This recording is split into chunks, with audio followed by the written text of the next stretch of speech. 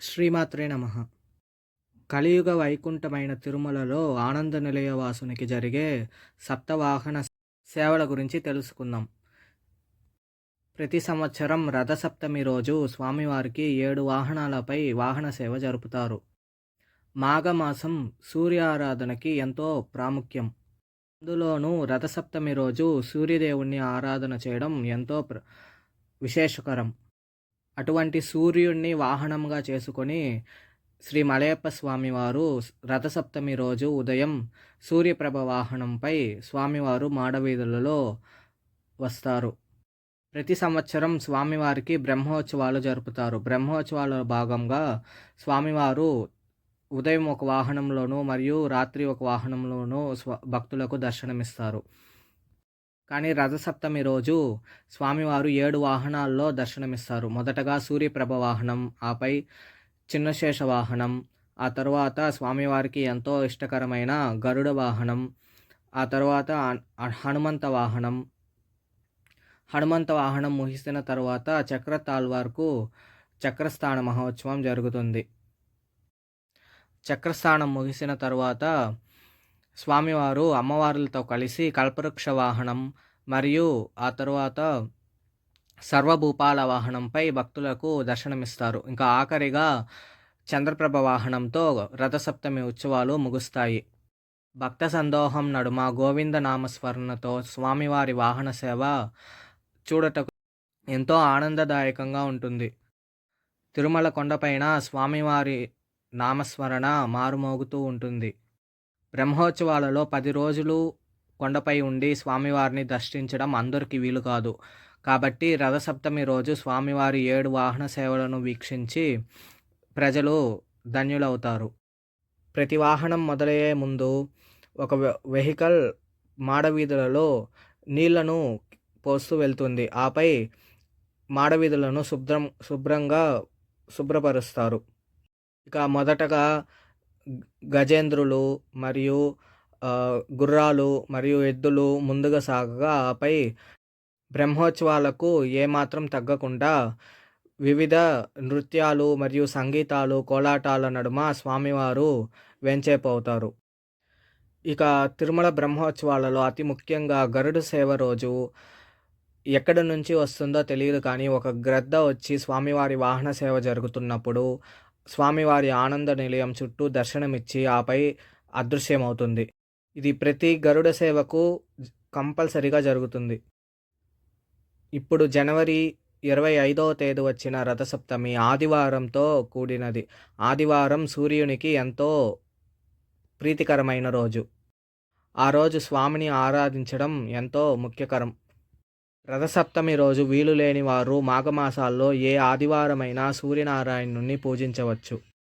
రథసప్తమి సప్తగిరీషునికి జరిగేలాగే హరిపట్టపు రాణి అయిన శ్రీ పద్మావతి అమ్మవారి ఆలయంలో కూడా అమ్మవారు 7 వాహనాలపై భక్తులను కటాక్షిస్తారు. అలాగే స్వామివారి అన్నగా పిలువబడే శ్రీ గోవిందరాజస్వామి ఆలయంలో కూడా రథసప్తమికి స్వామివారి వాహన సేవలు జరుపుతారు. తిరుచానూరులో సూర్యనారాయణ స్వామి ఆలయం ఉంది. స్వామివారు అమ్మవారి కోసం తపస్సు చేసేటప్పుడు పద్మం వికసించడానికి సూర్యకిరణాలు ఎంతో ముఖ్యం. అందువల్ల స్వామివారు సూర్యనారాయణ స్వామిని అమ్మవారి కొలను పక్కన ప్రతిష్ఠించారు. కాబట్టి మొదటగా రథసప్తమి రోజు సూర్యనారాయణ వాహనం అధిరోహించి అమ్మవారు తిరుమాడ వీధుల్లో విహరిస్తారు. తరువాత రెండవ వాహనంగా అమ్మవారు హంసవాహనం ఎక్కి భక్తులను కటాక్షిస్తారు. ఇంకా మూడవ వాహనంగా అమ్మవారు చిన్నశేష వాహనం మరియు సాయంకాలం చంద్రప్రభ వాహనం మరియు ఆఖరిగా అమ్మవారికి ఎంతో ప్రీతికరమైన గజవాహనంపై భక్తులను కటాక్షిస్తారు. వీలున్నవారు స్వామివారిని జీవితంలో ఒక్కసారి అయినా రథసప్తమి ఉత్సవాలలో స్వామివారిని వీక్షించి తరించండి. తిరుమల వెళ్ళే వీలు లేని వారు లేదా భక్తుల రద్దీ కోసం ఆగిపోయేవారు తిరుపతిలో గోవిందరాజస్వామికి మరియు పద్మావతి అమ్మవారి ఆలయంలో కూడా రథసప్తమి ఉత్సవాలు ఎంతో ఘనంగా జరుపుతున్నారు. వీలుంటే అక్కడైనా వెళ్ళి అమ్మవారి స్వామివార్లను దర్శించండి. ఇప్పుడు మీరు చూస్తున్నవి గరుడ వాహనం మరియు హనుమంత వాహనం యొక్క విజువల్స్. స్వామివారి కటాక్షం ఉంటేనే ఆ తిరుమలగిరిలోకి మన పాదం మోపగలము. కలియుగ వైకుంఠమైన తిరుమలలో స్వామివారికి ప్రతినిత్యం సాయంకాలం స్వామివారికి సహస్ర దీపాలంకరణ సేవ పూర్తి అయిన తరువాత స్వామివారు అమ్మవార్లతో కలిసి మాడవీధులలో విహరిస్తారు. తిరుమలలో శ్రీ వెంకటేశ్వర స్వామి విమాన వెంకటేశ్వర స్వామి ఉత్తరముఖంగా ఉంటారు. ఏ రోజు వెళ్ళినా వైకుంఠ ఏకాదశి రోజు వైకుంఠ ద్వార దర్శనం చేసిన ఫలితం ఉంటుంది. అలాగే ప్రతిరోజు సాయంకాలం స్వామివారు తిరుచి ఉత్సవం జరుగుతుంది. అప్పుడు కూడా స్వామివారు మాడవీధులలోనే భక్తులకు దర్శనమిస్తారు. ఏడాదిలో ఏ రోజు వెళ్ళినా మీరు స్వామివారిని దర్శించవచ్చు. తిరుమలలో ఉత్సవాలు, కళ్యాణం మరియు ప్రత్యేక ఊంజల్ సేవలు అన్నీ మలయప్ప స్వామివారికే ఎక్కువగా జరుగుతాయి. ప్రత్యేక నక్షత్రాల రోజు మాత్రం శ్రీకృష్ణ స్వామి మరియు శ్రీరామచంద్రమూర్తికి జరుగుతాయి. ఏడాదిలో జరిగే వసంతోత్సవంలో మనం శ్రీరామచంద్రమూర్తి, సీతమ్మవారు, లక్ష్మణస్వామి మరియు హనుమంత స్వామిని, అలాగే కృష్ణస్వామిని దర్శించవచ్చు.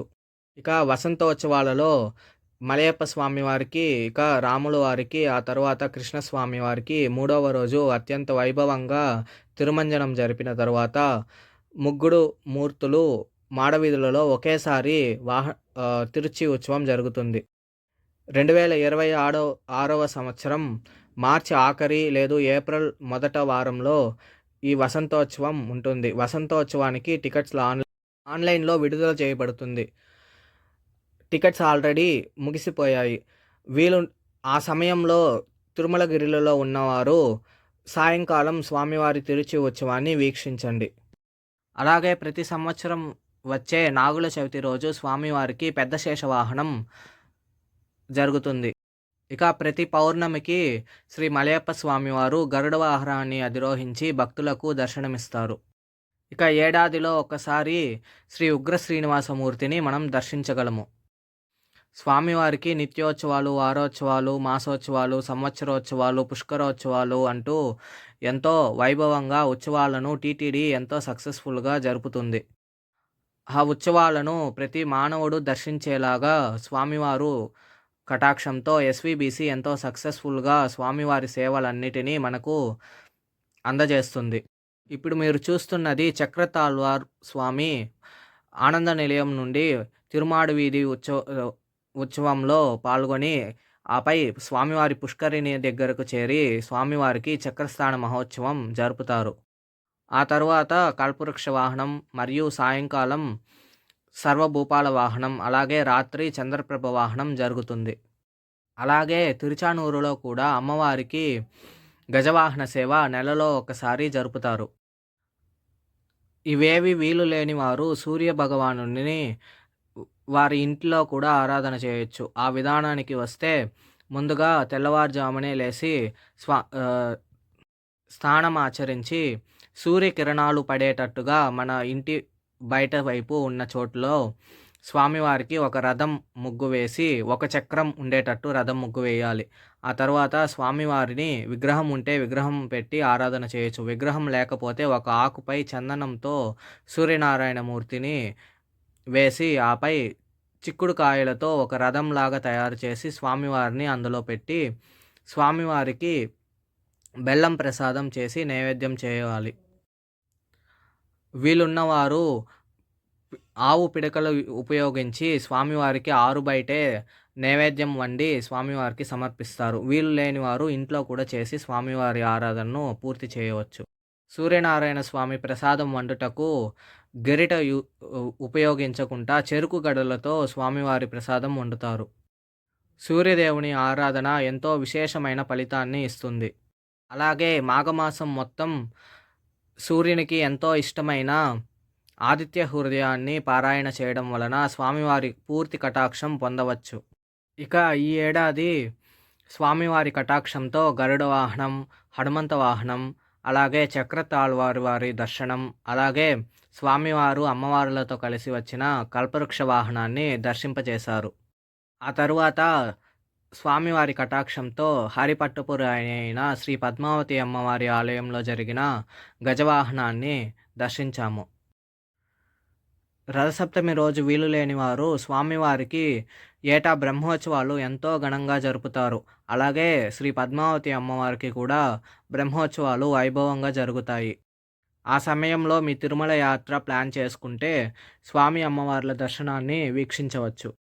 రథసప్తమి రోజు కాకుండా స్వామివారి బ్రహ్మోత్సవాలలో ప్రతి వాహనానికి స్వామివారి ఎంతో చూడముచ్చటగా ఉంటుంది. ఒక వాహనంలో శ్రీకృష్ణుడుగాను, ప్రత్యేకంగా చిన్నశేష వాహనంలో స్వామివారు కృష్ణుడిలా దర్శనమిస్తారు. అలాగే ముత్యాల పందిరి వాహనంలో స్వామివారు గోవర్ధనగిరిని ఎత్తుకునే రూపంలో దర్శనమిస్తారు. ఇక సూర్యప్రభ వాహనంలో అయితే మత్స్యావతారంలోను, కూర్మావతారంలోను, ఒక్కోసారి గజేంద్ర మోక్ష ఘట్టాన్ని భక్తులకు దర్శనమిస్తారు. ఏ రకంగా వీలుంటే ఆ రకంగా స్వామివారిని దర్శించండి. వీలుంటే వచ్చే రథసప్తమికి తిరుమలగిరులలో ఉండి స్వామివారి సప్తవాహన సేవను వీక్షించండి. ఇప్పుడు మీరు చూస్తున్నది స్వామివారి కల్పవృక్ష వాహనం. స్వామివారి మాడవీధులలో అక్కడక్కడ హారతి పాయింట్లు ఉంటాయి. ఆ ప్లేస్లో మీరు ఉంటే స్వామివారి దర్శనం ఇంకో 2 నిమిషాలు ఎక్కువగా దొరుకుతుంది. స్వామివారిని ఆ పందిరి కింద నిలిపి స్వామివారికి మంగళహారతి సమర్పించి ఆపై స్వామివారి వాహన సేవ కొనసాగుతుంది. తిరుమల తిరుపతి దేవస్థానం భక్తులను వారి సౌకర్యాలను దృష్టిలో పెట్టుకొని ఎంతో ప్లాన్డ్గా రథసప్తమిని సక్సెస్ఫుల్గా నిర్వహించారు. అడుగడుగున స్వామివారి ప్రసాదాలు మరియు కార్యసిబ్బంది ఉన్నారు. అంతటి ప్రజల మధ్య స్వామివారి దర్శనం సజావుగా జరగడానికి వారి ప్లాన్డ్ ఎగ్జిక్యూషన్ ఎంతో ముఖ్యం. ఇలానే ప్రతి ఏడాది స్వామివారి ఉత్సవాలను ఎంతో ఘనంగా జరుపుతున్న టీటీడీకి ధన్యవాదాలు. ప్రతిరోజు స్వామివారి డోలోత్సవం, కళ్యాణోత్సవం, అలాగే స్వామివారి సహస్ర దీపాలంకరణ సేవ, అలాగే శ్రీ తిరుచానూరులో జరిగే శుక్రవారం రోజు అమ్మవారి అభిషేకం, అలాగే ప్రతిరోజు అమ్మవారికి జరిగే కళ్యాణోత్సవం, అలాగే తిరుచానూరు శ్రీ పద్మావతి అమ్మవారికి శుక్రవారం జరిగే ఊంజల్ సేవ, ప్రతిరోజు గోవిందరాజస్వామికి జరిగే ఊంజల్ సేవ ప్రతినిత్యం ఎస్విబిసిలో లైవ్ జరుగుతుంది. ఇప్పుడు మీరు చూస్తున్నది శ్రీ తిరుచానూరు పద్మావతి అమ్మవారి ఆలయంలో జరిగిన గజవాహన సేవ. అమ్మవారు భక్తులను కటాక్షించుటకు గజవాహనాన్ని అధిరోహించి భక్తులకు దర్శనమిచ్చారు. స్వామివారి ఉత్సవాలకు ఏమాత్రం తగ్గకుండా అమ్మవారికి ఘనంగా ఉత్సవాలు జరుపుతారు. అమ్మవారికి ముందుగా సూర్యప్రభ వాహనం, ఆ తర్వాత అశ్వవాహనం, ఆ తర్వాత హంసవాహనం మరియు చిన్నశేష వాహనం, గరుడ వాహనం, అలాగే చంద్రప్రభ వాహనం, ఆఖరిగా గజవాహనంతో అమ్మవారి రథసప్తమి వాహన సేవలు ముగుస్తాయి. ఈ రద్దీ రోజులలో మీరు మూలవర్లను దర్శనం చేసుకునకు వీలు లేని వారు ఉత్సవాలను దర్శనం చేసుకొని కూడా ఇంటికి తిరగవచ్చు. ఎన్నో జన్మల పుణ్యం చేసుకుంటే కానీ స్వామివారి వాహన సేవను వీక్షించలేము. అలాంటిది స్వామివారు ఈ సంవత్సరం స్వామివారి 3 వాహన సేవలను వీక్షించడానికి, అలాగే శ్రీ పద్మావతి అమ్మవారి గజవాహన సేవనాన్ని వీక్షించడానికి అనుమతించారు. ఓం నమో వెంకటేశాయ. ధన్యవాదాలు.